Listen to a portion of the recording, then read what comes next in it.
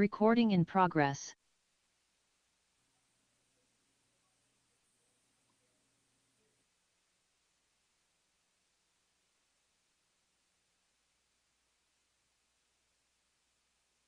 Hi, Councillor Kirkwood-White. Hi, Meredith.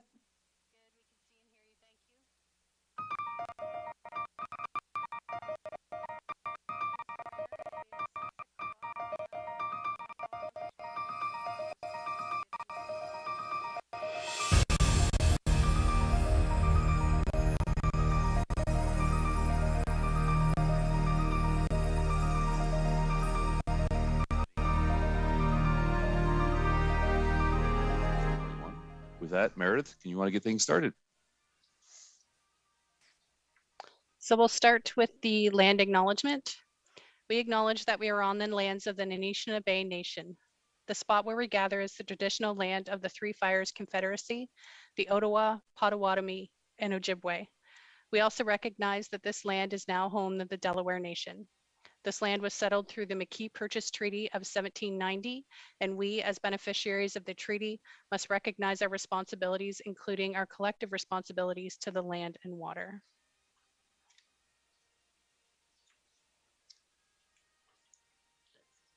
Mr. Mayor, there's no supplementary agenda and there have been no disclosures of pecuniary interest. And we'll turn it over to Planning Services.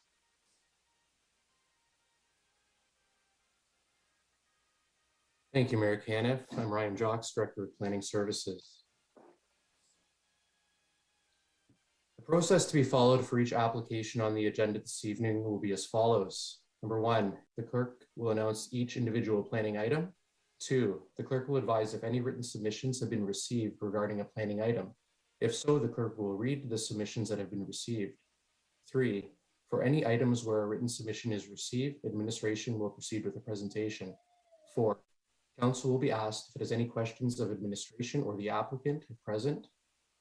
Five, council will be asked what action it wishes to take with regard to the item.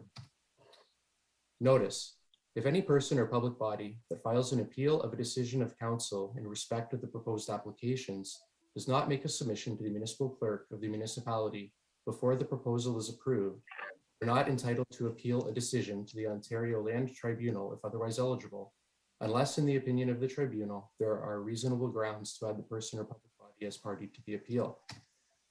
Information on council's actions tonight will be posted to the municipal website. All persons who have made a request or who have made a submission regarding a particular planning item will receive a notice of council's decision, including appeal procedures. Any other person who wishes to receive a notice of decision must submit a written request to the municipal clerk. Thank you. The first item is application 10A, application for zoning bylaw amendment 2757716 Ontario Inc., 247 Talbot Street West, community of Blenheim, South Kent. Mr. Mayor, there were no deputations received on this item and the applicant is present. Councillor Sakatchi and Councillor Latimer, can I get you to move this, please? Extremely happy to move it, Your Worship. Likewise, to second. Any questions? Councillor Sakatchi? Thank you, Mayor Caniff, and through you, just one quick question. It's very refreshing to hear that almost every single person I've talked to in this area is extremely excited and supportive of this this development. The one question I've received a couple times, and I did pose to Mr. Jacques via email, is in regards to the sewer trunk, the large sewer trunk that goes through the property. Since this question has been posed to me several times, I wasn't sure if either Mr. French or Mr. Jacques could just comment on the development portion of it. I know this is just for the zoning bylaw, but that was the only concern. It's just in regards to the sewer trunk, and I know they touched on it briefly in the information session earlier 2 weeks ago. Thank you, Mayor Caniff. I can address the question. Thank you for the question. So the property subject to this zoning bylaw amendment application does have a municipal trunk sanitary sewer pipe running deep underground in the sort of the back right corner of the property, or the north corner of this property. The municipality has easement rights over a corridor for this trunk sanitary sewer. The sewer generally collects sanitary effluent from more central parts of the town and transports it to the Chatham Street pumping station, ultimately to the lagoons west of town. So with regard to this proposal, the development as far as the building area is required to stay outside of the easement area. If council refers to the diagram of the site plan in the report, you'll see that the rear corner of the building is actually sort of cut away. And this is partly to move the building a little bit further from that pipe. During detailed design of this building in the future, should the applications be approved tonight, the civil engineers responsible for the designing the building will need to ensure to the municipality's satisfaction that additional loads or weight on that sewer are not present, as to not impact the integrity of the pipe over the long term. And these are some of the things that are looked at more closely in the site plan approval stage, which is yet to come. So I hope that provides some assurance. It's a design element of this building that has been under consideration for many months through the pre-planning process. Thank you. Thank you, Mr. Jakes, and I do appreciate the comment about there'll be a lot more discussion moving forward in the site plan specific stuff. So I'm really appreciative of that update and look forward to this development. Thank you. Councillor Thompson. Thank you very much. Councillor Sakachi asked or mentioned the last part about how there was still going to be plenty of conversation in regards to this issue. I just wanted to express my appreciation for the public information session that we had a couple weeks back now. There was some good questions. Some members of the community had turned out. Everybody's really happy to see that the site of the former Cherry Co-op is no longer going to be honest, just the vacant lot, the creator of dust that it has been over the last few years. Blenheim has missed out on a little bit of the growth that other parts of the municipality have seen. So it's really, really good to see this moving forward. Thank you. Seeing no other questions, we'll put it to vote.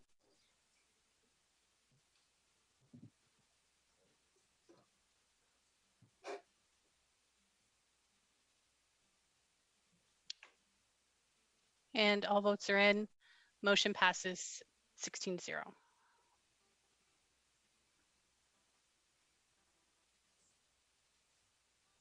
The next item is item 10B, application for official plan amendment and zoning bylaw amendment and consent. Climb Your Mountain Developments, Inc., First Concession Line, Community of Wheatley. We do have one written deputation that we received on this item, and I will read it now. It is from Taylor Lindsay.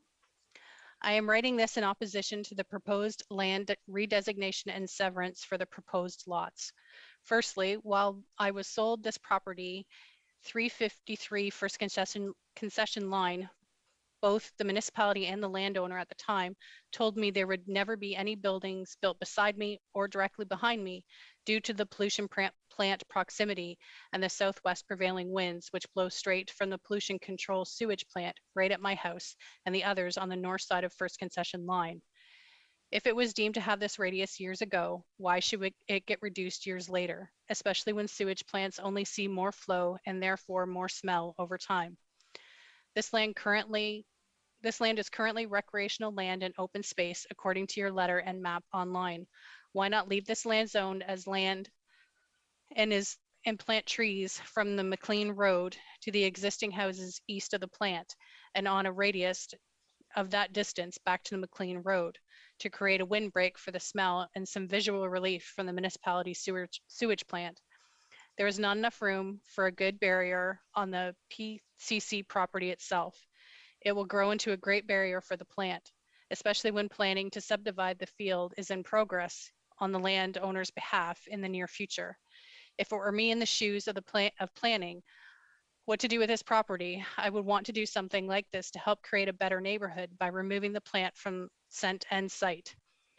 With prevailing south winds, the area towards our houses should be the bare minimum downwind with no residential buildings. It should not be reduced. The neighborhood has wanted to see trees for quite a while.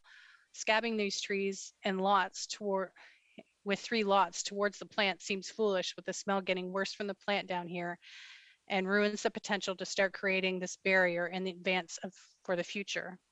Since the municipality of Leamington's pollution control plant closes their gates at 4 p.m. daily, there are 10 times as many haulers from Essex County dumping in the Wheatley sewage plant now at all times of the day, evening, and weekends also. This makes the sewage plant stink much worse. I can smell the septic sewage waste from the trucks while they are dumping at the plant, as well as the plant in general. The smell has gotten much worse since moving down here 4 years ago, and it blows right at all of our houses on the north side of First Concession Line. This will not change. It will only get worse as the plant sees more flow and also gets upgraded. It will then have to change the way it processes its wastewater. The existing processes at the wastewater plant in Wheatley is an extended aeration plant, which does not smell as bad as what the plant will change to process-wise when it increases in size down the road shortly to deal with increased flows. With the plant as is, it is definitely not a pleasant smell, especially in the warmer weather. Houses closer to the plant straight downwind will find it even worse. I was very grateful to hear that the Lower Thames Conservation has had the bush lot on the property protected. It is a century-old bush and has tons of wildlife in it and a creek that abuts it. Not something to ruin with houses. Especially here in Chatham-Kent, we have no bush lots anymore. There needs to be more forethought put into something like this instead of just slapping up houses for a quick buck or some more property taxes. There is a whole field back there all ready for this development, which is already zoned residential.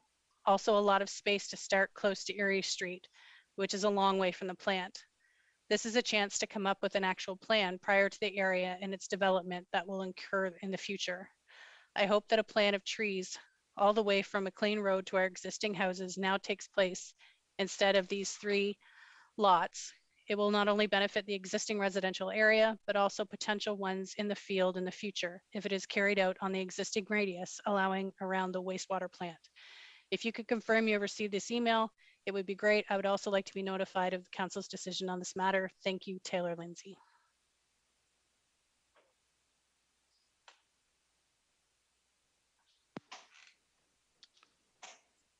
Thank you, Mayor Caniff.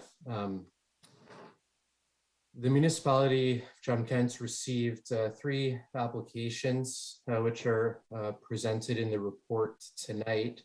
The first is an official plan amendment application. The second is a zoning bylaw amendment application. And the third is an application for consent to sever 3 new residential lots. The proposed lots themselves are approximately 9,000 square feet in area with about 60 feet of frontage. The proposal is to rezone them to the residential low density second zone, which is the same zone as the other lots adjacent on First Concession Line at this location. The reason for the official plan and zoning bylaw amendment is really based on the fact that the current land use plan for the subject property was based on a draft plan of subdivision that was approved by the municipality in around 2004. Those locally or some on council may recall this development being referred to as the Port Sunlight development. So the existing land use plan for recreational area really refers to a former proposal for an executive golf course on these portions of the lands. The property's changed ownership a couple of times over the last several years, and the 2004 proposal is no longer moving forward under the new concepts for this property as a whole.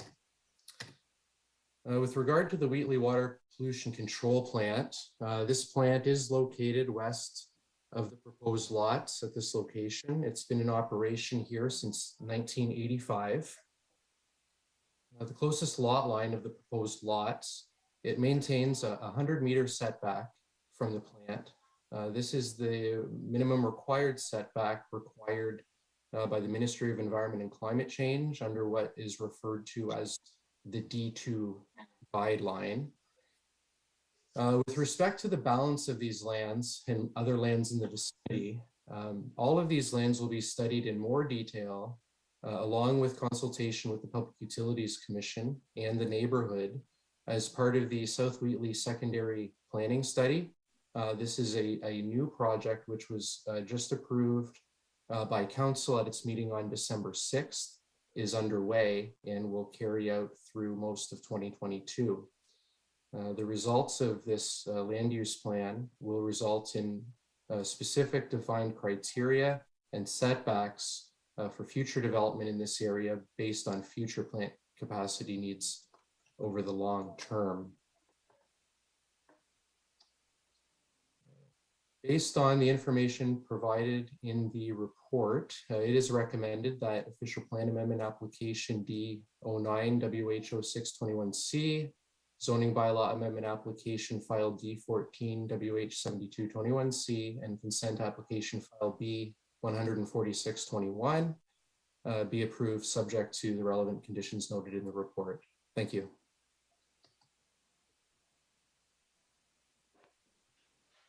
Councillor Harrigan and Councillor Oche, can I get you to move this, please? Yes, Mayor Kenneth, I'll move the recommendation. I Just don't believe Councillor Oche is logged into the meeting yet. Okay, Councillor B. McGregor, can I get you to move this, please? Second it? Yes, I'll second it. Okay, any questions? Seeing none, we'll put it to vote.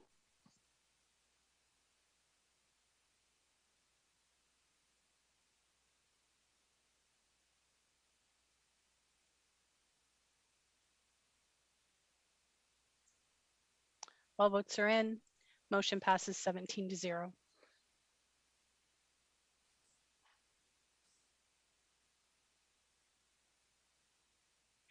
The next application is 10C, application for consent and zoning bylaw amendment, Jerome DeWolf Limited, 15125 Longwoods Road, Community of Zone, East Kent. Councillor Pinsino and Councillor Wright, can I get you to move this, please? Happy to move it, Your Worship. I'll second that. Thank you. Okay, any questions? Seeing none, we'll put it to vote.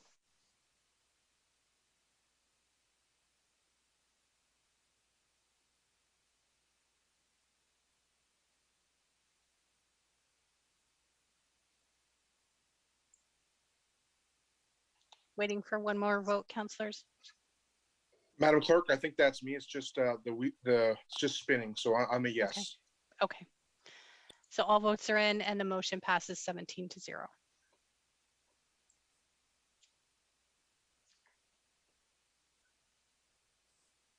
And our final item is item 10D, application for consent and zoning bylaw amendment, Circa Farms, Inc., 30049 St. Clair Parkway, community of Chatham Township, North Kent.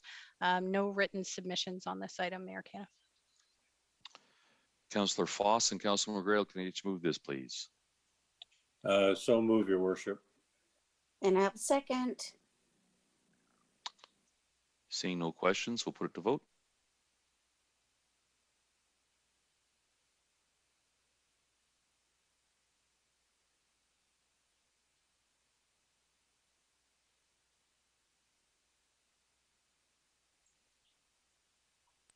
Madam Clerk, unfortunately, the same thing here again for me, and I am a yes as well. Okay. Thank you. So all votes are in and the motion passes 17-0.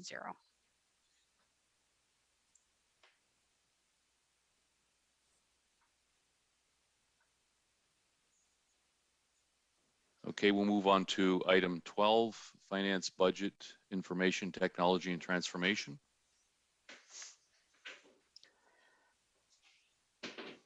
Yes, so we have the Wheatley Long-Term Evacuation Zone Tax Grant. Councillor Harrigan and Councillor Krug, can I get you to move this, please? Yes, Mayor Kenneth, happy to move it, and then I have some questions. And I'll second it. Councillor Harrigan, the floor is yours. Great, thank you. Through the mayor to a few different people. The first question I had was around the concept of 512. of the reduction in taxes. Can somebody on the finance team explain how that was decided on? Matt Torrance, Director of Financial Services. Thanks for the question, Councillor Harrigan. So the 5/12 represents, so think about it in terms of calendar months. We have 4 months for September, October, November, and December. And then we had partial months of June, July, and August. So we added another month to account for the partial months over those 3 months. So that's what makes up the 5/12. Okay, thank you. And can you confirm that the roll numbers that are listed in Appendix or in Schedule A are in alignment with those who are currently evacuated? Thank you for the question. Yes, I can confirm that. The intention of the relief was for the long-term evacuation zone, and those properties that are currently in the evacuation zone are in the long-term evacuation zone. So they do align exactly.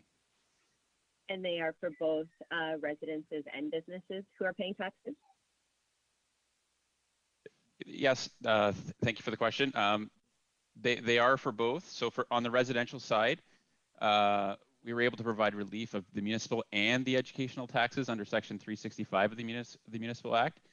Under Sections 310 and 107, we were able to provide relief for the municipal portion of the commercial property taxes, but unfortunately, the Municipal Act does not authorize the municipality grant back educational portion on the commercial side.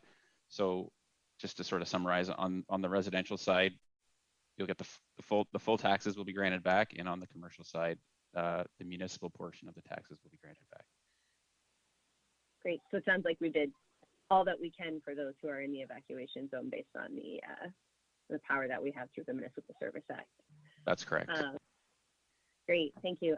Just a shout out to the finance team, to Matt and Gordon and others, because I do know that when we had talked about relieving just the penalties a couple of months ago, there was the question around, why are we just relieving penalties? Why aren't we doing full tax relief for the time that people are evacuated? And staff had told us that there were processes that were able to be worked out so that the rest of the municipality is not negatively impacted by the relief that we're able to provide relief. So I really appreciate this proactively coming back as soon as you guys were able to do that.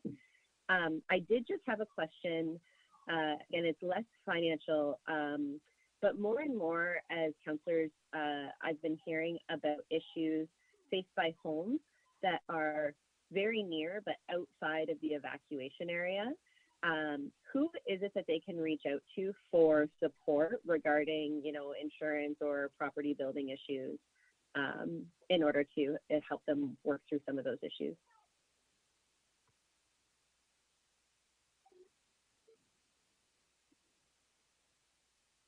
And I don't know, Mayor Kenneth, if that question might be for Mr. Taylor or April. Probably not a finance person. So, Mr. Mayor, as Dave Taylor, I will make some comments on that. So, April, Dr.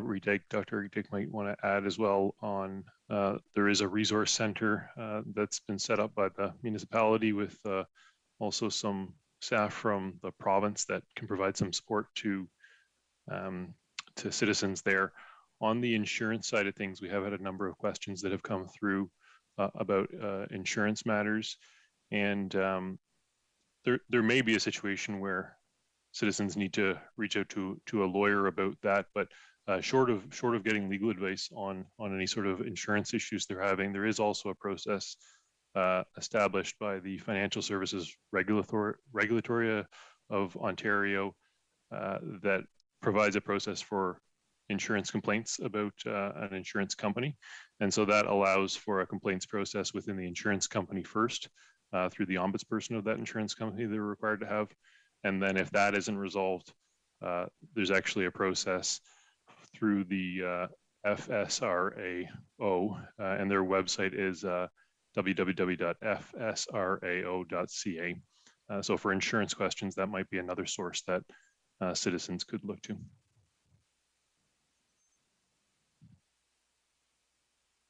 Mayor Caniff, it's April, if I can add to that as well. You okay with that?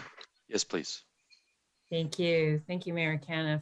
At the Village Resource Center, we have, and we've talked about this before, case managers We have the province, as Dave mentioned, and we have other services from our active citizens and the food bank. Lots of things going on there. The library's there as well. So 6 days a week, the Village Resource Center is open. What I can say to individuals, anyone who's been impacted by the evacuation and by the explosion in Wheatley, we can certainly at least meet with them and help them navigate through the system. If there's nothing that we can do, we'll share that information with them, but we often can get them linked up to the Chatham-Kent Legal Clinic. We can get them linked up to other sources of funding, any number of things. And so I would reach out to the Resource Center, head down there and speak with somebody that's there, and they can help folks navigate. So thanks. Great. Thanks to everyone for their answers. And again, thanks for proactively bringing this back as soon as we could to the council table to get some relief for the folks in Wheatley. Seeing no other questions, we'll put it to vote.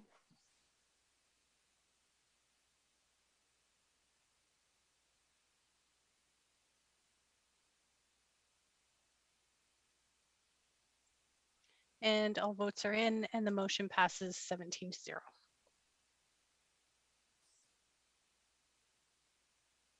We'll move to notice of motion. Councillor Hall. Thank you very much, Mayor Caniff. Excuse me. I, Councillor Aaron Hall, hereby provide notice that I will bring forward the following motion at the January 17th, 2022 council meeting for discussion and voting. Whereas resiliency is a guiding principle for our community's strategic plan, and whereas our attention to resiliency within this plan will strengthen the foundation of our municipality during both good and bad times, and whereas in 2007, the Wallaceburg Community Task Force was created, and whereas this task force mobilized and empowered the community during a difficult economic time, resulting in tangible results, a rejuvenated strategic plan, and a successful and proven framework which could be duplicated, and whereas Chatham-Kent was successful in securing funding through the Province of Ontario's Communities in Transition program for the Wallaceburg Community Task Force, and whereas an explosion in the community of Wheatley on August 26, 2021 has caused devastation, hardship, and uncertainty to residents and business owners in the community, and whereas the Wheatley BIA has established a Wheatley Future Strategic Planning Working Group to research, collaborate, and plan for the future of Wheatley, therefore be it resolved that Chatham-Kent Economic Development staff be directed to prepare a report for council, which will outline the steps necessary to support this new Wheatley Future Strategic Planning Working Group. This report will include recommendations for implementation, funding support, and strategies following the lessons learned in 2007 for the creation of the Wallaceburg Community Task Force. This report will be provided to council at the February 7th, 2022 regular council meeting. Thank you, Mayor Kenneth. Okay, we'll move to non-agenda business. Councillor Bondi. Thank you, Mayor Caniff. The question likely is directed to Gord. Gord, I had emailed you this question. I've been asked by some constituents of the Dolson Road neighborhood concerning the affordable housing development in that neighborhood, the former St. Paul's Anglican Church. And the question is the project receiving federal and or provincial money? The concern is that it is not. And apparently one of the constituents has inquired at the municipal level, and somebody had told this person that there was municipal funds being directed towards this project. So I'd just like some clarification on that. And if there is municipal funding, was it approved by council? And if it was, I forget, or I don't recall. So if you just clear that up for the constituents, please. I think that would be Gord, maybe not, maybe somebody else. Thank you. Thank you, Mayor Caniff. Apologies, Councillor Bondi, for not getting a response back to you yet. It's been a busy couple weeks here. So I know we definitely have given some tax relief, as we do with many affordable housing projects, of the difference between multi-residential rate and the residential rate. I'll have to get back to you on whether there was anything else and research that, and I can respond tomorrow with an email to all of council. Okay, great, Gord. That would be wonderful, as these people just kind of looking for an answer as to whether or not the municipality has provided any funding to the project, not tax relief, because we all get that, but have we given actual money from a reserve or something? And I don't recall that we did, and I'm sure that we have not, because that would require council approval, I'm sure. So thank you, Gord. I'll look forward to that tomorrow. Thank you. Councillor Harrigan. Hey, so my questions, Mayor Caniff, and comments are directed to April. I think she's still on. Just wanted to start out, April, by giving a kudos to all of the staff and volunteers again at the vaccination center. I was able to take my 3 superheroes over the weekend, and they had a really great experience. I was wondering 2 things. First, if you could comment on how the uptake is in our 5 to 12-year-olds here in Chatham-Kent for vaccines. And then secondly, I'm just wondering if there are any planned or continue to be planned pop-ups or drop-in sessions during the holiday session, because I just became booster eligible, and I've heard from other people who are booster eligible that they're looking to book their shot, and it's in high demand. So I was just wondering if you can give us a status on how that's going in Chatham-Kent. Sure. Thank you, Mayor Caniff, and thank you, Councillor Harrigan, for the question. So if we break it down, certainly looking at our 5 to 11-year-olds, certainly the children are having a great experience. Staff are doing the best they can to make it as enjoyable for them as possible. We are currently, as of the end of the week last week, we've had just over 20% of our 5 to 11-year-olds in for their first dose. So that it has slowed down. It was certainly very front end busy, and we've got lots of clinic space for those younger children. In terms of currently the clinics for boosters, if anyone wasn't aware, 50 plus, so 50 years and over, you can now book your booster shots.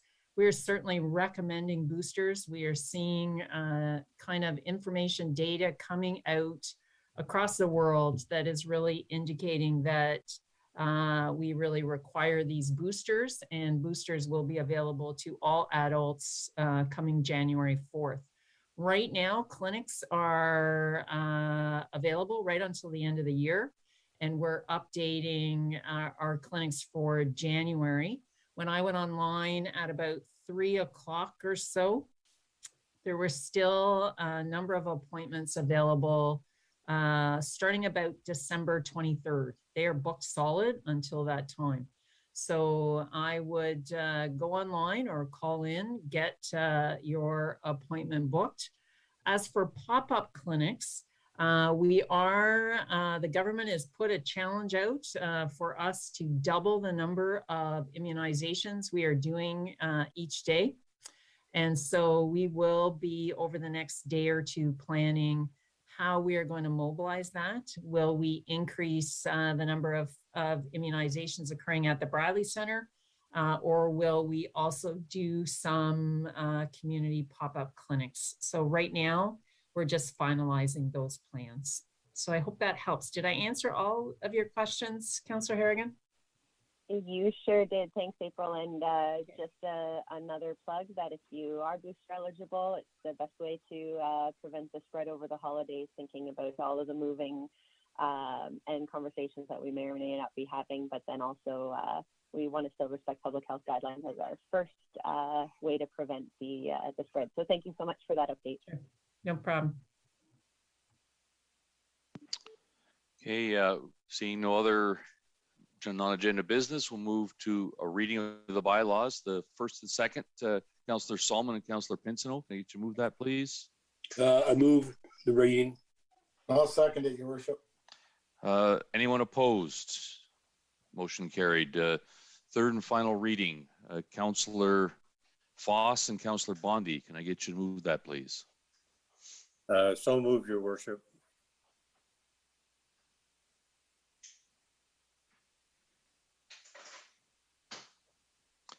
Councillor Crew, can I get you to second that, please? Happy to second. Anyone opposed? Motion carried. Over to you, Councillor Hall, for resolution of council in closed session and adjournment, and we'll have Councillor Kirkwood White wrap it up for us. Thank you. Excuse me. Thank you, Mayor Caniff. I move that that Chatham-Kent Council adjourn to its next meeting to be held on Monday, December 20th, 2021, and that Chatham-Kent Council authorize itself to meet in closed session on that day to discuss any matters permitted by the Municipal Act.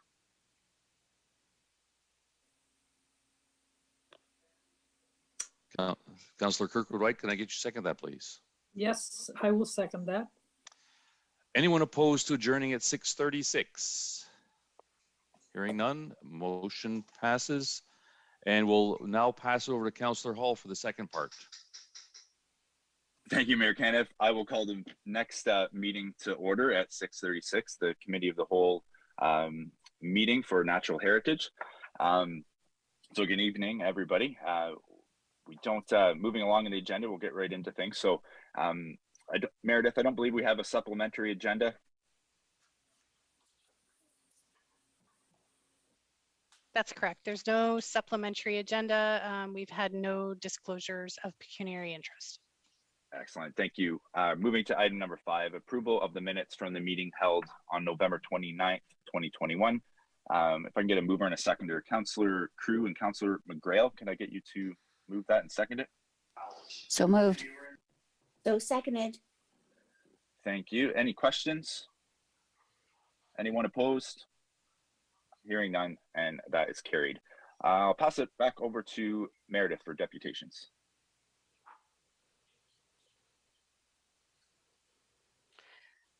Thank you, Chair Hall. We have received 8 deputations this evening, and the first one is from Jim Brackett. To the members of the Natural Heritage Committee of the Whole and staff, first I would like to thank everyone for their continuing time and work on this important issue. I would next like to ask some questions. Why is the community engagement survey, which I believe was flawed from the beginning, the only public engagement being used so far? This was done in June before the forest covers numbers were received and may no longer be relevant. Will there be an opportunity for the KFA and the farmer groups to make presentations to the committee or staff? It looks like the committee is halfway through its meeting schedule. Let's Talk CK has had no updates on this topic since November 3rd. Why? Would it be a good idea to open the engagement process up on CK Let's Talk for discussion and comments from the public? Respectfully, Jim Brackett. The next deputation is from John Sarah-Pincus to Chatham-Kent Council. Chatham-Kent is increasingly relying on the flawed Othello survey that cultivates a biased narrative to influence council decisions. Time will not make this survey more valid. In fact, the authors of the survey have modified and emphasized certain data and results in their summaries and conclusions to favor a specific position. The county has welcomed input from a variety of groups and special interests, but not from those most affected. The only way to achieve a lasting, successful heritage program is to include those whose land will be needed to maintain and expand forest and grass cover. Please remember that any provincial policy regarding farmland and the environment carries equal weight and importance, and that nowhere does it state that the bylaws are required. Also, please take into account when looking into some other counties that have had conditions placed on forest land, the forest land prices were evaluated and people's property values and equity were considered accordingly. The next deputation is from Ron Vrell. First off, I would like to express my thoughts on the November 29th meeting. I found it very interesting that not nearly as many acres of woodlot were lost. It shows that the natural heritage strategy was working. As a landowner, I would like to continue working with the Lower Thames to achieve more projects like prairie grass and planting trees and wetlands. Now I have a few questions if someone on the committee can supply an answer to me. Tonight, there is a discussion on the survey. One, why can someone tell me why a survey was done when the tree cover report was not complete? And why was it not thrown out now that we have more data? Number two, why was the Zoom roundtable summary not included in the council report? Number three, as for the survey, I would like to know if my comments were thrown out by the survey people. No answer on that yet. Can we have a new format on a survey with the current data that we have? I believe there was a bias on the other survey. I would like to know if the process in place going forward is to engage with all stakeholders on such an important matter. We are open to engagement at your discretion. Thank you, Ron Varel. And the next deputation is from Alana Marsh. It is not fair that the county is picking on one constituency, mostly in the eastern part of the county. These are hardworking people that have paid market prices, taxes, insurance, and other expenses for their property. Now, instead of recognizing them for responsibly maintaining their properties, the county is contemplating punishing them with more restrictions and regulations, and in the process, degrading their hard-earned equity and legally earned savings. Since the consensus is that the heritage planning is for the benefit of everyone in the county, then it logically follows that it is everyone's responsibility to share the costs of such a burden. Over time, most of us and our families have been involved in converting Chatham-Kent into productive farmland. Targeting individuals who own natural areas that remain in the county is not as fair, as it requires them to carry the burden and responsibility of natural heritage for the entire county. Kind regards, Alana Marsh. The next deputation is from Luke Hoosman. Dear Mayor and Council, I as a landowner have been following with great interest the natural heritage strategy meetings thus far. With the new swoop data that was brought forth was very clear and laid out and presented. I was happy to see we have actually gained ground, and when taking into consideration all the new plantings, wetlands, and prairie grass. It appears the natural heritage strategy has and is working, as well as bringing more funding for the Lower Thames Valley Conservation Authority. Tonight's discussion on the, in my opinion, bias survey will be of great interest to me. Why are the roundtable discussion summaries not included? Great discussions were had between stakeholders and were the only unbiased part of the survey. My biggest question tonight is when will we get clarity on when and how landowners and stakeholders will be invited for input on this independent and currently effective heritage strategy? Sincerely, Luke Hoosman. The next deputation is from Ken Bell. Dear Mayor and Councillors, I would like to address the Committee of the Whole with regard to the topic of soil organic carbon. Admittedly, I am not an expert on soil science like Dr. Laura Van Erd from the University of Guelph Ridgetown campus, who in 2014 with colleagues studied and compared soil organic carbon between woodlands and tiled fields. He's included a link to the study in his deputation. Firstly, there are a few basic facts that, given some thought, should be self-evident. Trees, shrubs, and all plants are made primarily of carbon dioxide gas. The roots of trees, shrubs, and most perennial plants extend far into soil, many meters in some cases. Over periods of centuries, the accumulated roots mass of living and dead trees lock up the carbon that was taken from the atmosphere and transported deep into the soils. The portion of plants in a forest above the surface after they die accumulate on the forest floor and gradually build up organic soils through the decomposition by invertebrates, fungi, and bacteria. There are forms of carbon sequestration. Over centuries, this layer of carbon-rich topsoil increases in depth and nutrient density. Annual plants like wheat, soy, and corn require the original forest to be removed.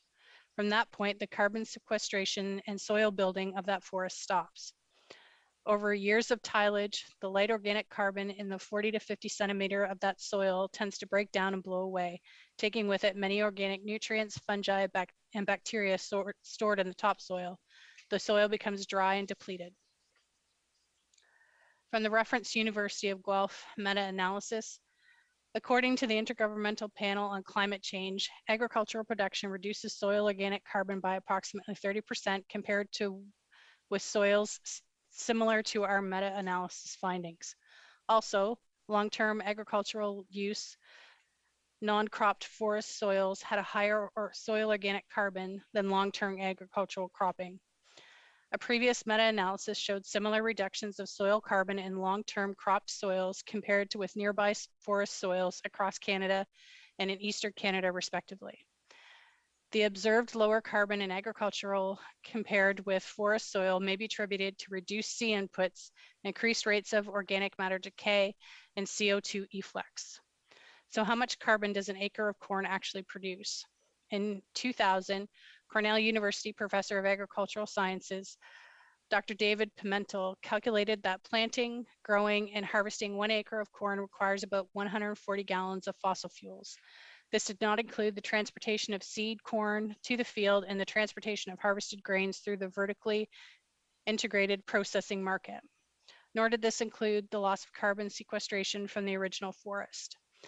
About 19.46 pounds of carbon are put into the air from the burning of a gallon of gasoline and about 22.38 pounds from a gallon of diesel. So that would be 2,750 pounds of carbon per acre per year for gasoline and over 3,133 pounds per acre per year of diesel, just for growing and harvesting corn. So how much carbon does an acre of corn sequester? In this 2007 article, cornfields help clean up and protect the environment. Kurt Thurin of the Michigan State University Extension Department of Crop, Soil, and Soil Science clearly states, our calculations show that number to be in excess of 36,000 pounds of carbon dioxide per acre. Of course, much of that carbon is eventually returned to the atmosphere as the crop residue decomposes and the grain is consumed as feed or burned as biofuel. So basically, little to none. I encourage mayor and councillors to check these facts for themselves and confirm the calculations. Thank you, Ken Bell. And the next deputation is from Patricia Powell Sarapanakis. According to the SWOOP analysis, the former townships east of Chatham have much more than 5% forest cover. Many of them are over 10%, and some have exceeded the 30% that is considered environmentally ideal. It is in the regions west of Chatham and north into Wallaceburg that have been decimated of canopy cover. Instead of targeting and punishing those who have maintained a high percentage of canopy cover, Chatham-Kent should focus on the regenerated lands that are extremely deficient environmentally. And council, the last deputation is from Walter Van Leeuwen. Honorable Mayor Caniff, councillors, and Chatham-Kent residents. My name is Walter Van Leeuwen. I am a 31-year-old second-generation farmer. I farm alongside my wife, Sarah, and my 2 sons. Sarah and I met attending the University of Guelph Ridgetown College. We both received a diploma in agriculture. I spent a bit of time reading over the questions and answers from the survey that was conducted this past June. I'm against adding more restrictions to our sector, and here is my interpretation and 3 of many questions that arose from this survey. Number 1, I support the introduction of restrictions on property rights to preserve woodlands in Chatham-Kent. The majority of people do not believe this is the responsibility of the property owner to accept the burden of having restrictions placed on them. Only 38% of people that participated in this survey are landowners, which in return concludes that the majority of the participants are in favor of the landowner. This should rule out council's ability to place regulations around this topic. Question 2, I am prepared to pay more in taxes to preserve woodlots in Chatham-Kent. The conclusion to this question is that people do not want to pay and add additional monetary costs to their already high taxes. Number 3, how much should a landowner receive per acre per year to preserve woodlots? The majority of the responses to this question is to pay the woodlot owner $200 per acre for preserving the woodlot. This is less than half of the going rental rate for productive farmland in Chatham-Kent. In conclusion of this report, 38% of the people that participated in this survey own land with a woodlot. Most likely this number wasn't higher because of the timing of the survey was less than desirable time of year for farmers. Even still, the majority of people do not believe in restricting the rights of landowners who are currently maintaining the woodlots. But then the decision council makes is not supposed to cost any extra money and raise taxes of the people of Chatham-Kent, but just take away someone's investment that they have worked hard to acquire. Yet most of the participants believe that if council decides not to listen to the majority of participants of the survey and chooses to push personal agendas, they should be punished $200 per acre for their biased survey. This money will then have to come from the general budget, having to cut funding in a different area. Considering Chatham-Kent has 3.4% tree coverage over 8,357 hectares, this will cost $1.7 million annually to sustain. Questions. Number one, if Chatham-Kent has this amount of money to spend, why did not use this money to support organizations like the Lower Thames Valley Conservation Authority, allowing them to turn the donated farmland that is currently cultivated into woodlot? Number two, if council does not have the extra money to spend on this, is it right for them to spend someone else's money by taking away their investment? Number three, why does this proposal only target farmers and not residential, commercial, industrial, and/or developers? Is this due to the fact that the farming community is less than 2% of the population and are an easy target? Thank you for giving me time to present my case and taking time to review it. Respectfully, Walter Van Leeuwen. So Chair Hall, that's the end of the deputations. Thank you very much, Meredith, and thank you to the community members for sharing their views through a deputation. Appreciate that. We're going to move right along into item number 7, and that's an overview of agenda items. So I'm going to pass things over to Ryan Jocks, the Director of Planning Services, for his presentation. Ryan? Thank you, Mr. Chair. Also in support tonight, and will be making a portion of this presentation, is Mr. Gabriel Clark, Manager of Growth and Sustainability for Chatham-Kent. As well, Bruce McAllister, General Manager of Community Development, is available, and Mark Peacock, CAO of the Lower Thames Valley Conservation Authority.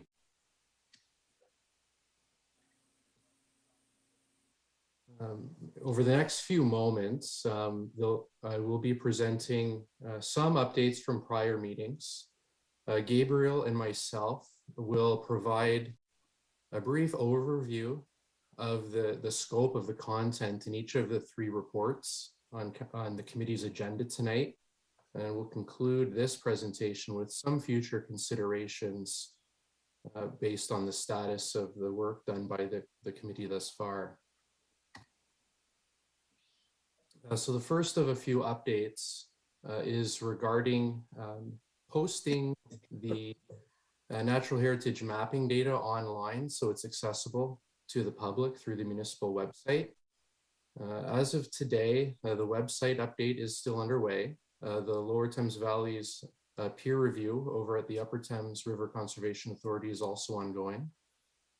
I'm hopeful that by early 2022 in January, the mapping will be accessible through the web portal.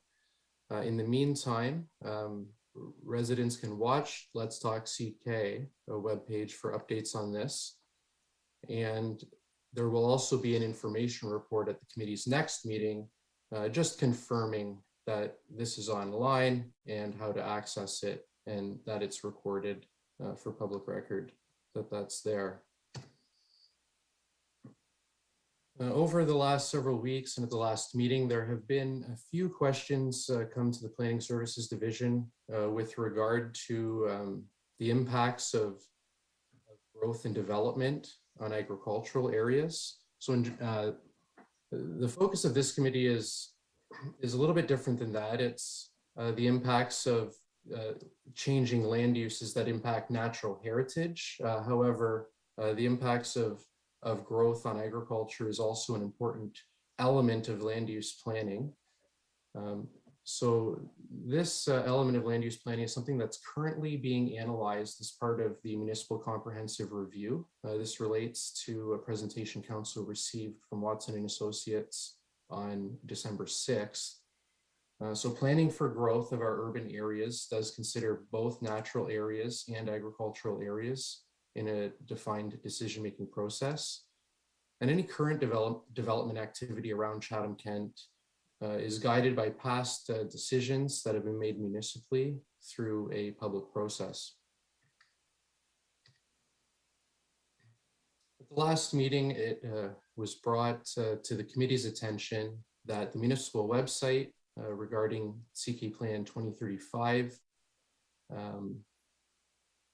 had information that was perhaps misleading or undefined. So this page has been edited down to remove the information that was there, as it was out of date. It was roughly 4 years old. There's a link now to the Let's Talk Chatham-Kent page for natural heritage planning, which is a good resource for citizens to go to follow the status of the work of this committee. And it's recommended that this website not be updated until a community vision is clear and actionable, so that any wording or statements on this site are reflective of the outcome of this process. So with that, I will turn it over to Gabriel Clark now to outline the scope of the next item on the agenda. Perfect. Thank you very much, Ryan. And good evening, everyone. This part of the presentation is in reference to agenda item number 8 that's included in this meeting's agenda. So as you all know, in the spring of 2021, Council passed a motion calling for a full public engagement process to seek the community's inputs or views on options related to woodlot preservation. In response to this motion, administration implemented a communications campaign, which actually included a direct mail out to 6,000 addresses featuring woodlots on them, along with a number of other elements. We launched a survey and then hosted an online forum on June 29th, the notes of which are actually accessible on the project page for this committee on Let's Talk Chatham-Kent, if anybody's looking for those. The survey included general questions on priorities related to woodlots, and then more specific questions on items that would have to be considered in the future should council decide to explore a particular course of action regarding woodlot preservation. These questions were based on variations that were identified by studying the woodlot programs that are available in other communities. And these questions were also modeled after the education, incentive, and regulatory spectrum of municipal action that is discussed in this report. The results of the engagement process were summarized in a report to council that was presented on August 23rd, 2021. It was at this meeting that council directed the creation of the Natural Heritage Committee of the Whole. The terms of reference of this committee were approved by council on September 27th.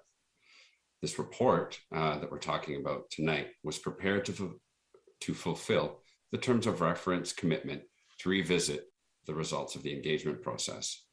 The report that is before you contains 3 main elements or parts. The first is a discussion of the municipal education, incentive, and regulatory instruments that are available to municipal governments and the relationship that might exist between them. The second part of the report contains an overview of the structure of the online engagement survey. And then the third part provides a supplementary analysis of the results of the survey that segmented the results between residents with forested properties, forested areas on their properties, and those without. So just a bit more about the first section of the survey. It provides an overview of the education, incentives, and regulatory spectrum of municipal action, and contains a discussion about the strengths and weaknesses of each instrument, along with their relationship when they are used in combination. The next section of the report reviews the components of the community engagement process that were undertaken, along with a description of the survey itself. And so after all that, we completed the third part of the report to provide a segmented analysis between the responses from woodlot owners and non-woodlot owners to address some of the comments that were received throughout and then after the engagement process, and to provide additional information to assist with committee deliberations. This section illustrates some of the points of convergence and divergence that exist between the members of these 2 stakeholder groups that participated in the survey. A few notes on this. The survey is one component of an ecosystem of information that was produced and that is available to support committee deliberations on the matter. Administration has no opinion on the weight that should be accorded to this particular survey versus anything else that might inform the decision-making process. And this survey, as with any other survey, provides an aggregation of the views from those who participated. And I think that's all I had to note on that. So I'll turn it back to Ryan for the next section of the presentation. Thank you. Thanks, Gabriel. Mr. Chair, the item 9 on the agenda tonight is a report that reveals the link between provincial policy directions and local policy documents.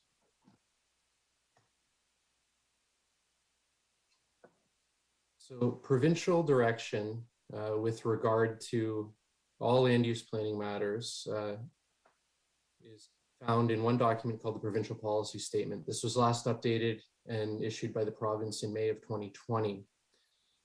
In brief, the province's policy specifically outlines that land use authorities, such as municipalities, should have policy within their local official plans that are consistent with the policy statements of the province.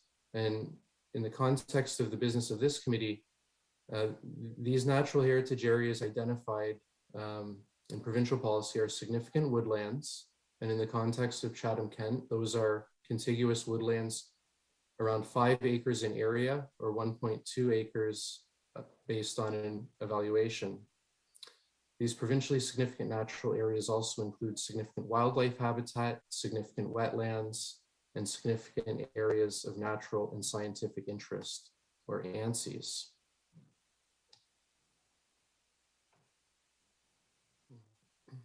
So local planning policies established through the Chatham-Kent Official Plan. The Chatham-Kent Official Plan currently includes policies that generally say that natural heritage features will be protected from development and site alteration. The natural heritage features require an environmental impact assessment before development or site alteration can proceed. That activities adjacent to natural heritage features are undertaken to ensure negative impacts on those features do not occur. And it also has policy suggesting that natural corridors and linkages throughout the municipality be considered in any future development or site alteration proposals. And the report includes a letter that was received by the municipality several years ago during the last official plan update. The letter's from the Ministry of Municipal Affairs and Housing. The letter outlines a number of planning matters that were under consideration at the time, but I specifically wanted to point out that the province has suggested that at the next time the municipality updates its official plan, that it would need to relook at corridors and linkages as well. And I believe this will be the case regardless of the provincial government at the time, as the province will likely have very similar policies and implementation measures regardless.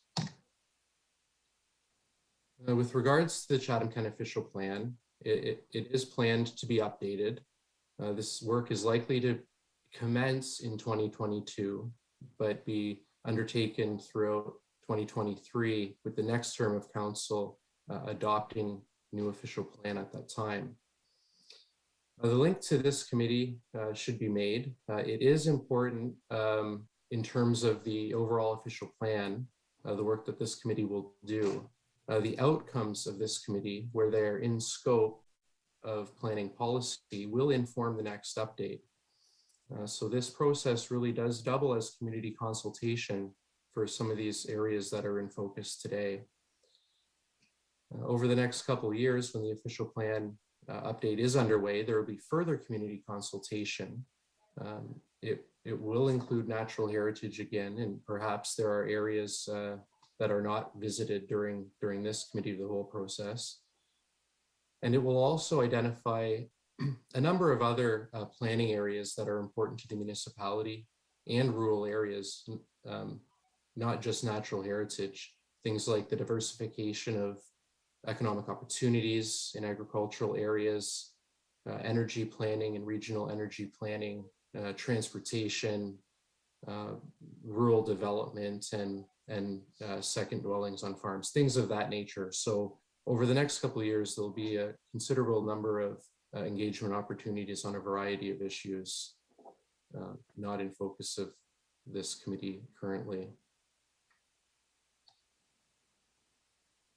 And item 10 on the agenda is a summary of tree and woodlot related information presented over the last 2 years. And I'll ask that Gabriel summarize the details in this report and its significance. Thank you. Thanks again, Ryan. So this report was prepared to provide an executive summary or table of contents of sorts for all of the tree-related information that's been provided to Council since 2019. It was really produced for ease of reference. This information, the information that's been generated on trees and woodlots since that time was produced in response to 3 motions from Council that include a motion on tree cover in Chatham-Kent from November of 2019, a motion on street trees from May of 2020, and the motion on woodlot preservation from April of 2021.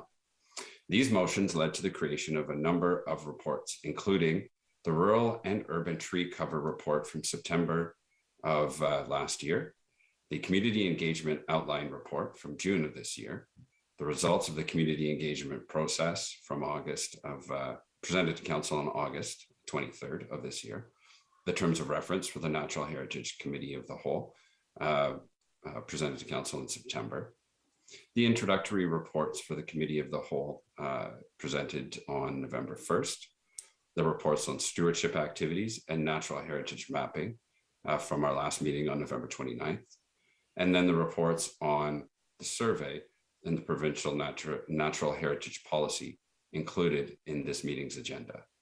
And this, like I said, was just to provide the committee and the public with a 1-page or 3 or 4-page summary of the information produced to date on this issue. Thanks.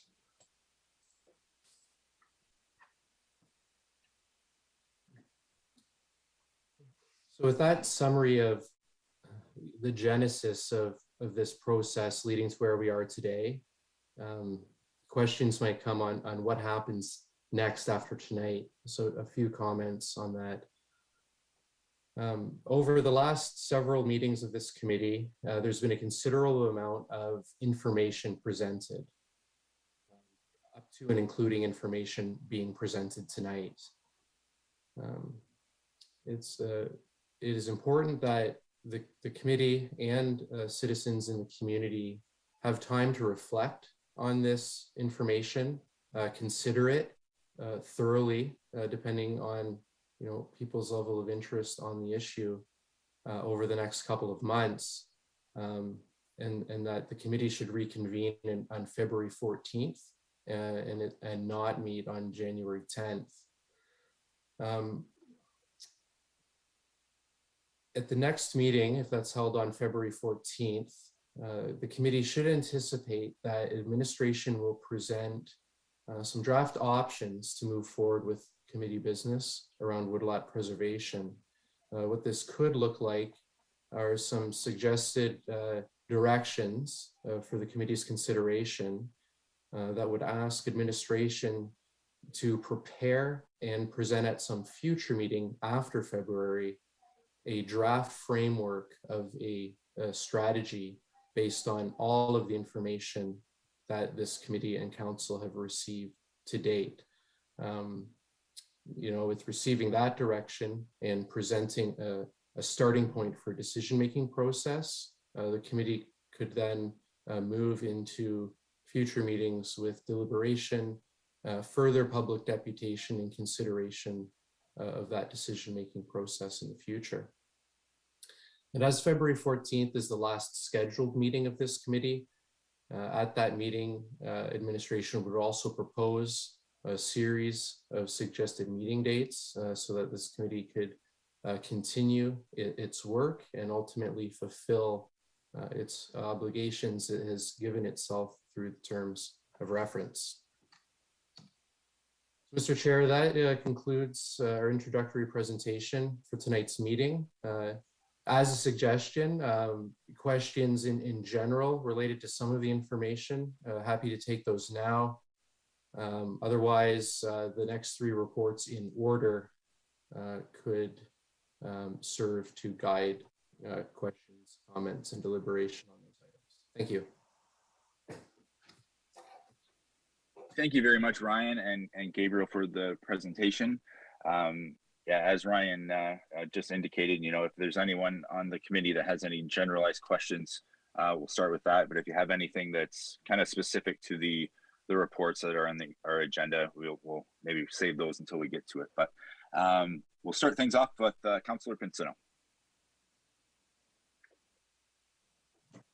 Thank you, Mr. Chairman. Couple questions that come up during the deputations. The roundtable discussions, Ryan, were not included on that. Can you let us know why that was? Thank you, Mr. Chair. So those deputations refer to the sort of the virtual open house hosted around the same time as the online survey was up. So those breakout rooms, those virtual breakout rooms, basically they did not have the ability to record those rooms, and there were no minute takers during those sessions. So there is no record of the breakout discussions from that event. Okay, that's unfortunate, actually, because this is all part of the process. The question brought up survey without the land cover data. Do you believe that skews the numbers of the responses that come in? Thank you. I guess it would depend on each of the 1,500 survey respondents, whether or not knowing the current tree cover versus the tree cover 5 years ago would have had any effect on the responses given. I do not think not having that data undermines the integrity of the survey in any way, given the small change in forest cover from a percentage basis in those 5 years. I guess a disheartening part is that this was all brought forward while they were planting the crops. So I'm not sure that they could have got as involved as they wanted to be. Another question that had come up, that the farming community are the only ones that are actually being affected by this. If a commercial building wants to go up, they can knock down as many trees as they want. If somebody's running a hydro line, they can knock down 50 or 100 trees, and I guess that's unfair as well. It's it seems like it's all targeting on one group here, and that's unfortunate. Hopefully, you know, if something does come forward, that they are going to compensate the landowners, because they are taking quite a hit here. Thank you. Thank you, Councillor Pinsino. Councillor McGrail, followed by Councillor Latimer. Thank you, Councillor Hall. My question is in regards to provincial policy. Do you foresee the provincial government bringing down a new natural heritage policy in the near future? Thank you, Mr. Chair. Currently, there is no new policy in development with regard to natural heritage. No updates of the provincial policy statement are planned. The current policies with regard to the protection of natural features have been fairly consistent over a number of years, not just since the last update in 2020. Okay, thank you. Thank you, Councillor McGrail. Councillor Latimer. Thank you to the chair. A lot of my questions have been asked already, but I do have a question for Gabriel. I'm aware that the landowner representatives met with yourself, Gabriel, and Bruce and Ryan for over a couple hours, actually 2 hours over the past week. And I'm wondering, what did you learn, and how and when will this information be provided to council?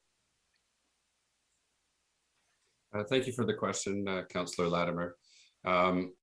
The meeting that we had over the last, I think it was about a week and a half or two ago now, I would characterize it as an introductory meeting between ourselves and representatives of the agricultural community.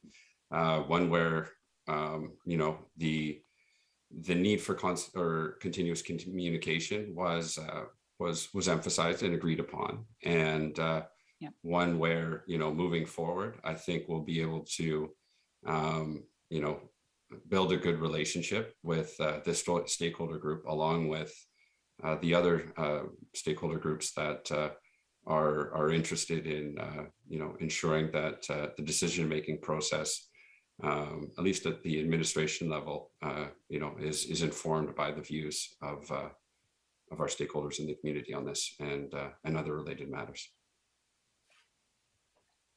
So when will we be provided that information then? Because it's very hard for us to begin to understand or begin to sort out what would be a balanced resolution, or what that would look like, if we are not afforded, you know, the significant science-based data that these stakeholders group want to make sure that we have.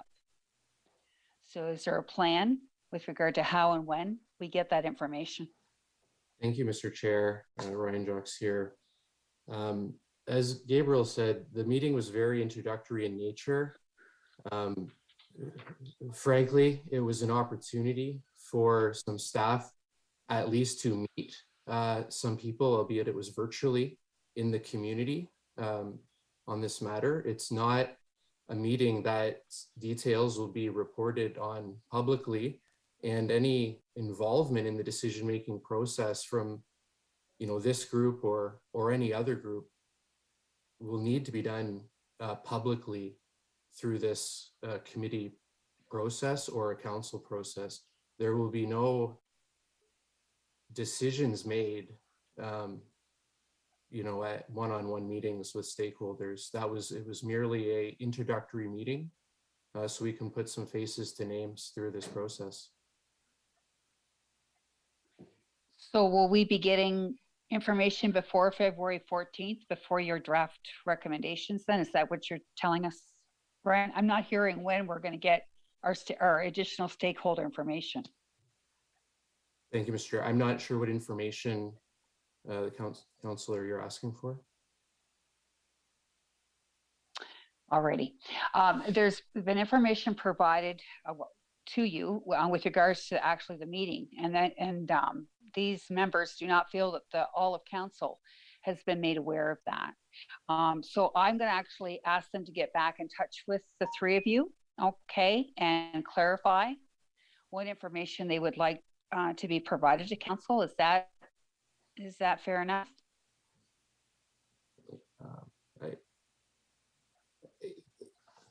It's at your discretion, councillor. I would encourage any group to submit information directly to council if they wish it to be considered through this process, as you know, this committee and council are the decision makers here. Very well. Thank you. Thank you, Councillor Latimer. Seeing no other questions on the presentation, unless I see a hand pop up. Okay, seeing no other questions. Okay, Ryan, thank you very much for the presentation, and Gabriel for the information. Very much looking forward to February when we convene again and get some information. I know I can appreciate what you said early on, that we have been given a lot of information that I think given it some time for the committee and the community to review and go over it some more will be beneficial. So thank you very much for the presentation. So we'll move along to the next agenda item, which is agenda number 8, So it's the 2021 Woodlot Public Engagement Survey and Analysis of Survey Results. It's an information report. So I'll open that up to questions. So I know if there's any specific questions from the report from the committee, feel free to ask right now. Put your hand up. Okay, seeing none. Is anybody opposed to accepting the information? Hearing none, that is carried. Moving to number 9, item number 9, the natural heritage planning under the provincial policy statement, another information report. Open it up to questions to the committee.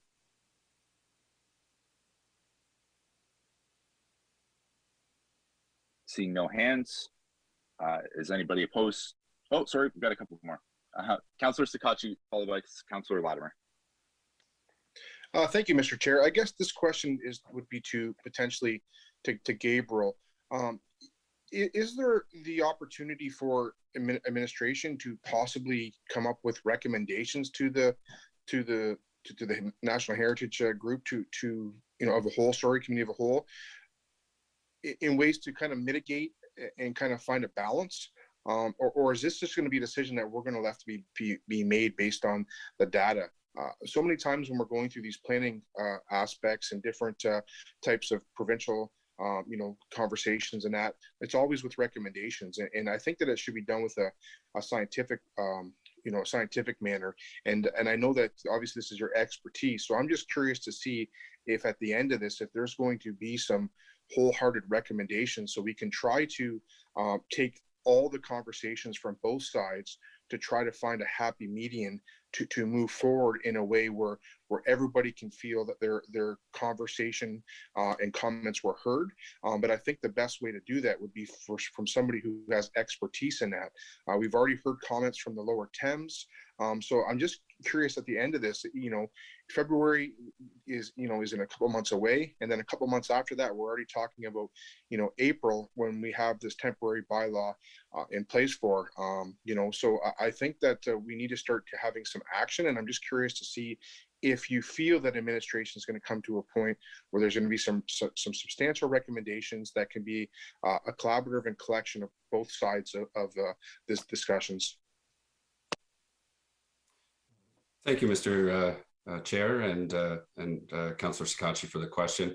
I'll start the answer and ask for Ryan's comments.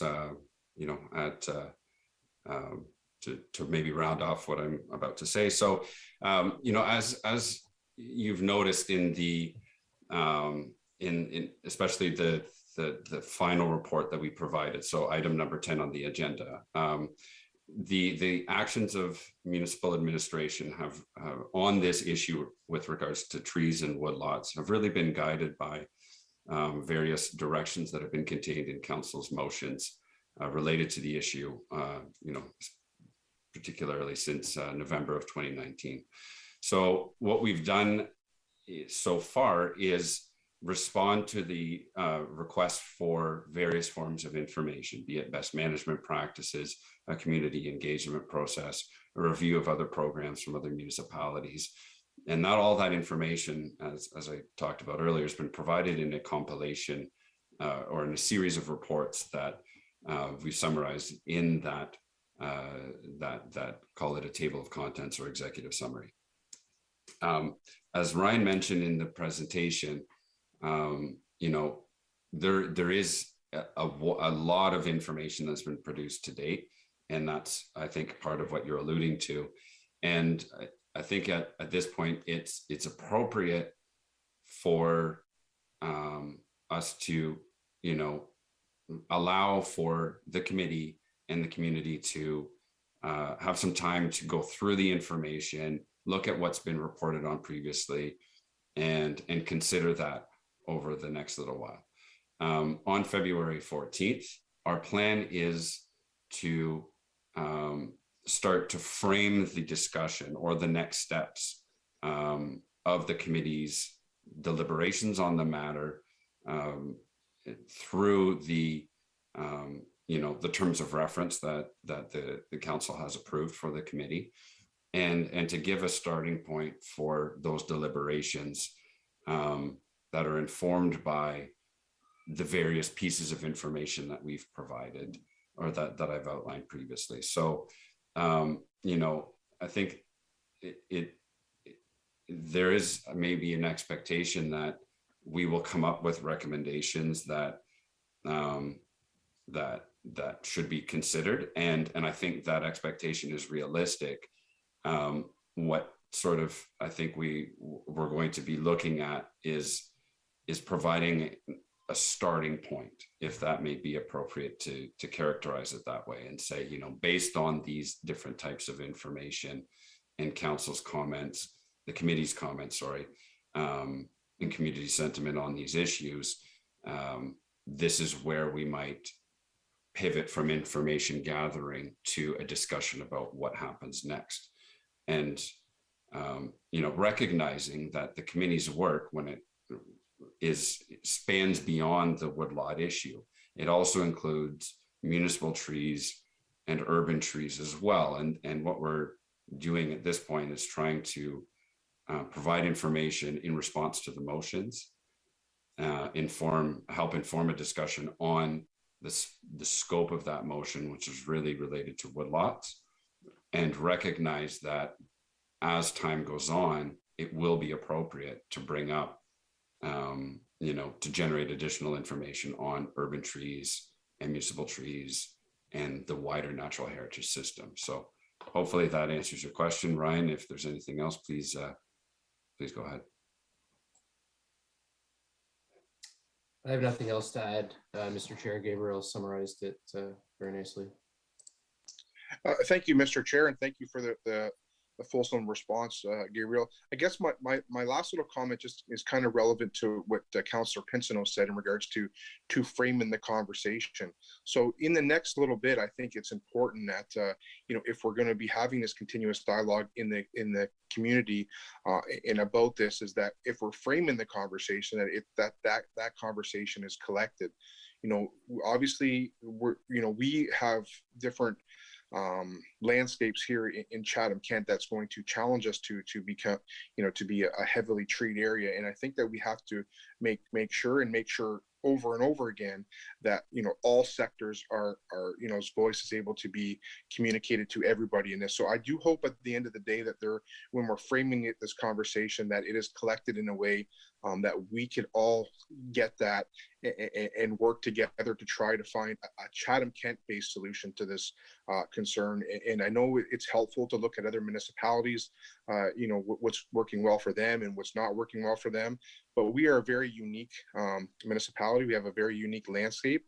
And I think at the end of the day, we need to make sure that we have a very unique, you know, response to this challenge. But I really do hope moving forward, and I really appreciate all the hard work from everybody involved, but I do hope that the conversation's framed in a way that council and the committee of whole can collect all the data and see kind of exactly where we are. And I know that the survey was very helpful, but you know, it's important that all the conversations are recorded as best as possible. So thank you for all the hard work, and I appreciate you know, your fulsome response. Thank you very much. Thank you, Councillor Sakachi. Councillor Latimer, followed by Councillor Thompson and Councillor Harrigan. Councillor Latimer. Thank you, Chair. I do have a question about natural heritage planning and provincial policy statement, but I would like to echo Councillor Sakachi's words with one comment. The survey was helpful, but it is nevertheless perceived, particularly by the majority of our landowners who own woodlots, as being biased. So we need to make sure, as Councillor Sakachi said, that if we do come up with a framework, it better involve and capture our stakeholders, the ones that are going to be most impacted by any bylaw or regulation we intend to put into place. They better capture their concerns and address them. I do have a question about provincial policy statement, and that, I guess this goes to Ryan or Bruce. In the provincial policy statement, the 2.1.3, it says recognizing natural heritage systems will vary in size and form in settlement areas, rural areas, and prime agricultural areas. And then in 2.1.9, it says nothing in policy 2.1 is intended to limit the ability of agricultural uses to continue.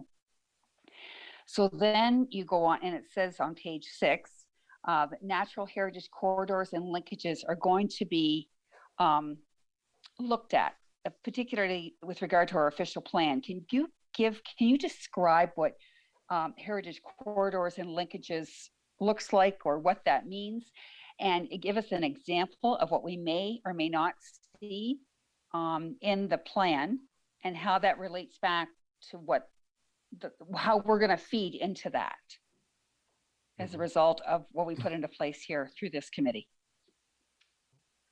Thank you, Mr. Chair. I'll start out, and perhaps Bruce wants to add something. So it's been said many times at this meeting and at past meetings that, you know, an approach to natural heritage planning needs to be reflective of the community of Chatham-Kent. You know, these provincial policies apply to all municipalities in the province with varying types of economic activity and levels of agriculture and forest cover, etc. So Chatham-Kent has somewhat limited opportunities relative to other municipalities with larger natural heritage networks established already. So it could be that we have a features-based approach to a system strategy first to start, sort of recognizing where natural features.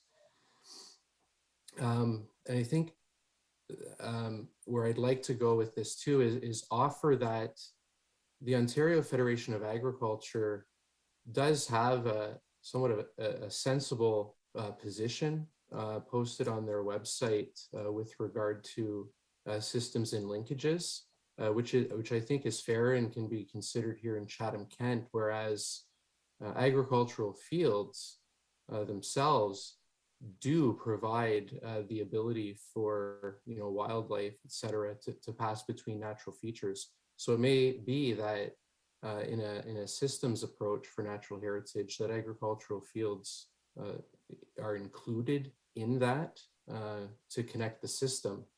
And in the long term, maybe particularly where there's non-agricultural development happening, where there could be an identified corridor, it's really when land use changes are proposed in the long term that perhaps that corridor be protected if it's already been identified. But until there's land use changes, there would not necessarily be a need to say, you know, plant trees or tall grass prairie. While that will always be an option, it is something that would likely be encouraged rather than mandated. So that's a really good question because I know in the past, when the official plan was being formed, we didn't have as good of mapping data. You know, and there was some uncertainty perhaps with stakeholder groups and councils of the day in establishing a strategy. But it's my expectation that, you know, through continued dialogue and deliberation, the resulting policies that council adopts in the official plan are reflective of the community while also, you know, attempting to meet the provincial direction in that regard. So appreciate that was maybe a long-winded answer, but it's an important question. Thank you.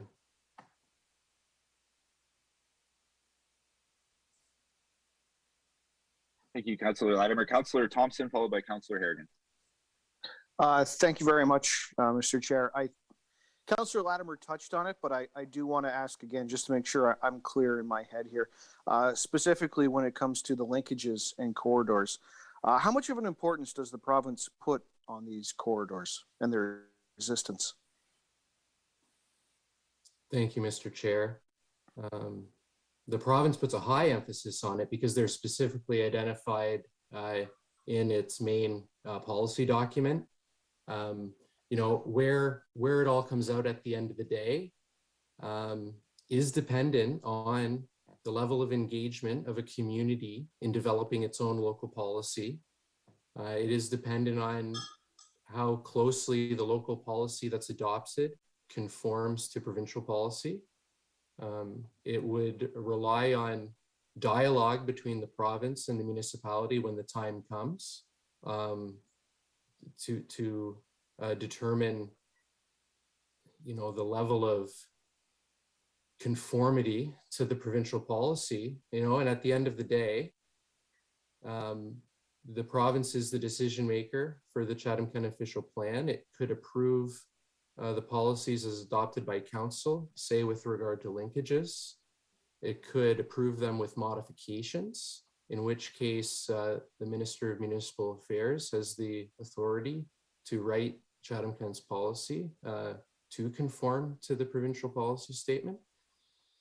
And then depending on the outcome,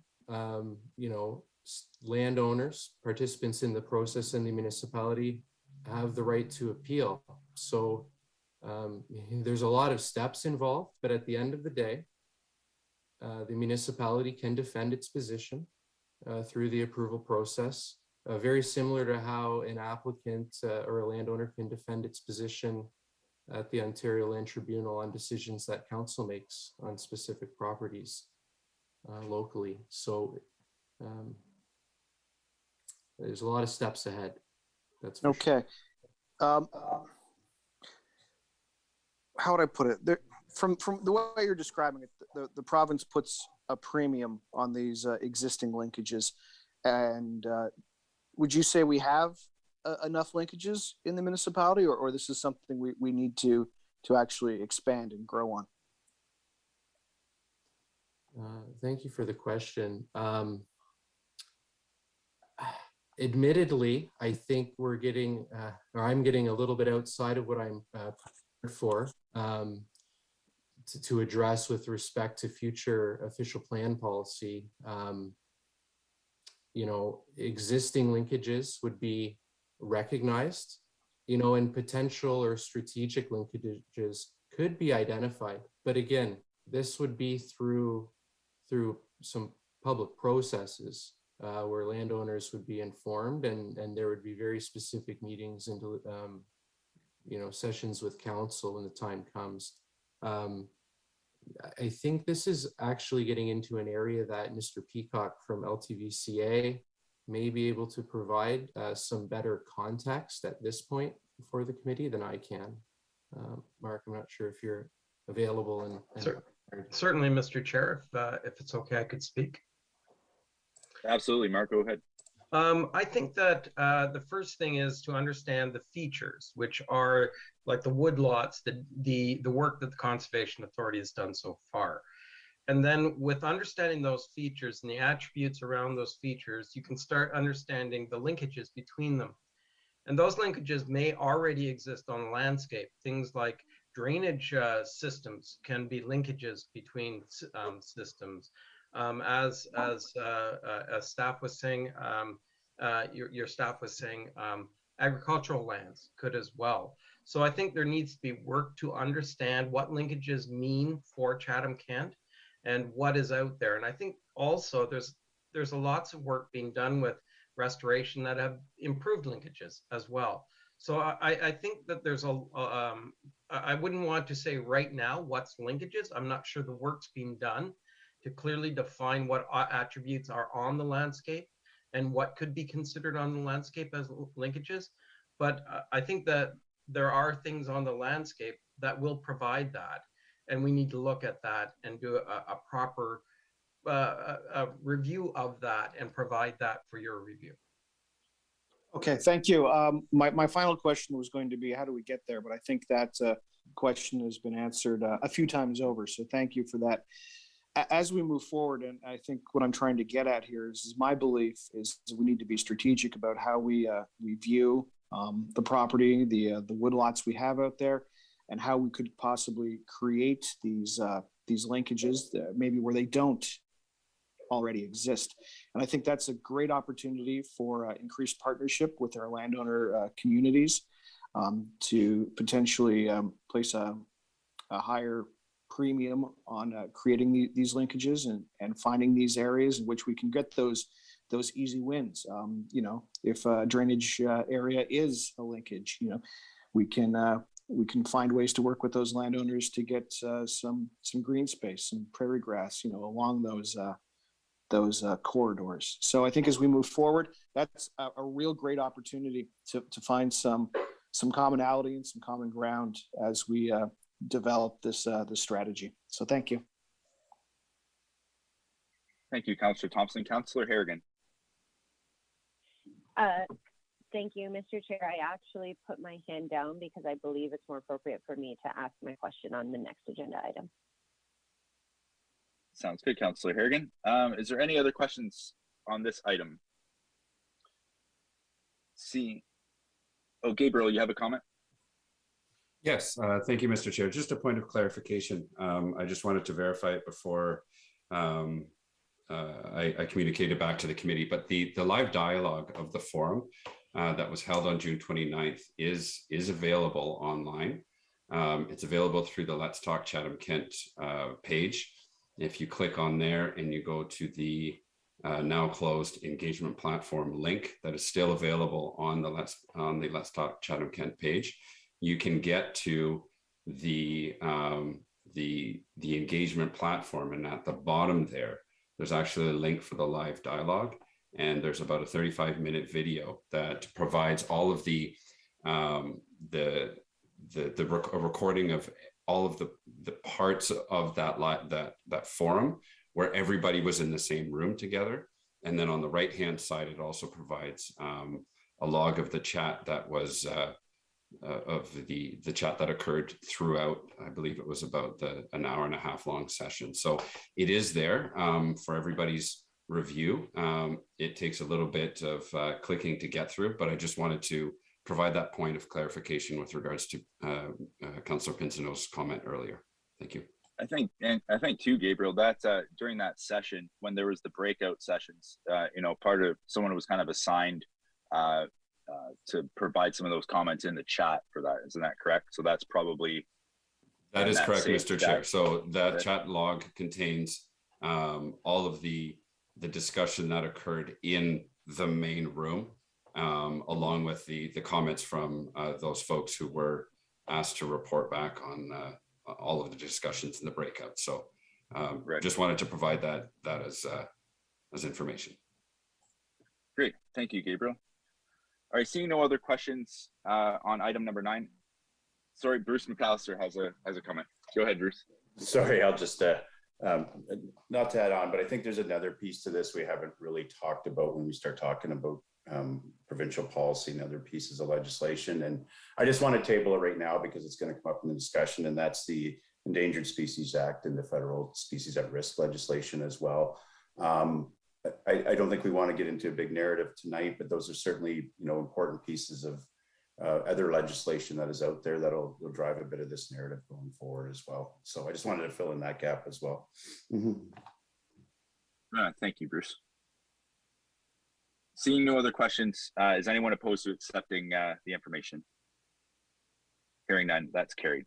Moving to item number 10, which is summary of tree and woodlot related information presented in 2020 and 2021. We have an information report, and I believe Councillor Harrigan has a question.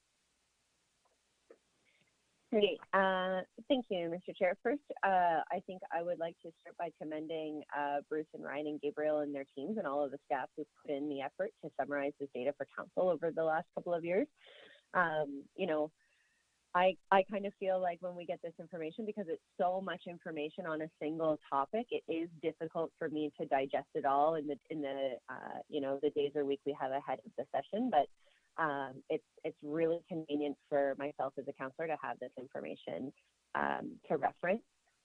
I don't know if this question belongs here or in the you know, in the survey specifically, but there's a few mentions and references, and I think it's still for me a point of learning that I need to better understand.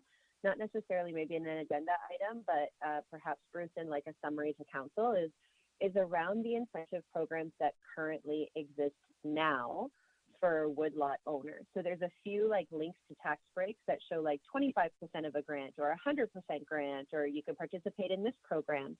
And it's hard to marry that with some of the dollar value conversations that we hear in both the deputations and then also in the survey results. So just as a summary, I don't know if there's like a quick chart that even could be sent out to council so that we can understand what those incentive programs exist and which ones are automatic and which ones a landowner would have to apply for. I don't know if there's anybody who can comment on that now, but I'm not expecting a lesson on it in the moment, I guess is what I'm saying. Thank you, Mr. Chair. Fair point. I think that's something we could bring back to the next meeting as part of the options piece. I tend to agree with you a little bit. There's a lot of different pieces out there that we put forward in terms of the different incentives. I believe Mr. Quinton's still on the line. I remember he sent me a note that I believe even in this year's financial budget package, the one program was actually increasing or proposed to increase in terms of the amount of acres that could be claimed as well. So that's something we'll come back to council with. But I think when we get into the options around the incentives and education, we will do that just so it's clear for everybody. I appreciate what you're saying. Is it apples to apples, apples to oranges, and what are these various pieces and how do they work? Because I sense that even in the responses to some of the survey questions, that there may be a lot of confusion out there, misunderstanding around the various programs that are out there. Great. And something I did just want to say with regards to some of the comments around, our stakeholders or our most important stakeholders or people who will be most impacted by this. I don't know if that's the best way to approach this issue necessarily. I feel like staff did an excellent job in the survey in differentiating responses of woodlot owners from other survey stakeholders in the responses, which really does help us see that perspective. But in terms of the other methods of engagement and the onus of staff to summarize kind of scientific data and research, like I really see that as a part of the deputation process, right? If there's individual experts within the community who have their own either lived experience or knowledge through education, then I think for me, the deputation process is excellent. We heard some good deputations tonight that gave, lessons on carbon sequestering and also we get emails fairly frequently. So I do think that that's important too. I'm saying from my perspective going forward, I think it's really important for us to see from staff what sort of options and scenarios are there out there and how can those pillars of like regulation, incentives, and education work together for us in Chatham-Kent, in terms of what's most valuable for me. So I did just want to share that going forward and again, commend you on all of the work that you've done to provide us and help to skill us up in this area as we move forward. Thank you, Councillor Harrigan. And just to reiterate too, that was moving forward too, and especially even getting into February when we start, getting some of these. I forget how Ryan described it exactly, kind of the starting point, that sort of thing. There'll be opportunity, throughout this entire process with the committee of the whole to provide presentations, to provide input. I know we've gotten several deputations, for every meeting that we've had so far. So that's been some good engagement for sure. Seeing no other questions for item number 10, is there any other questions or any other comments? Okay, seeing none. Is anybody opposed to accepting the information? Hearing none, that is carried. Moving on to item number 11, adjournment. I'll pass it over to the Vice Chair, Councillor Thompson. Thank you very much, Chair Hall. I would move the Chatham-Kent Council adjourn to its next December 20th, 2021. Chatham-Kent Council authorized itself to meet in closed session on that day to discuss any matters permitted by the Municipal Act. Thank you, Councillor Thompson. Councillor Finn, can I get you to second that? Happy to second that. Thank you. Is anybody opposed to adjourning the meeting at 7:49? Hearing none, that is carried. Thank you very much, everybody. Have a great night.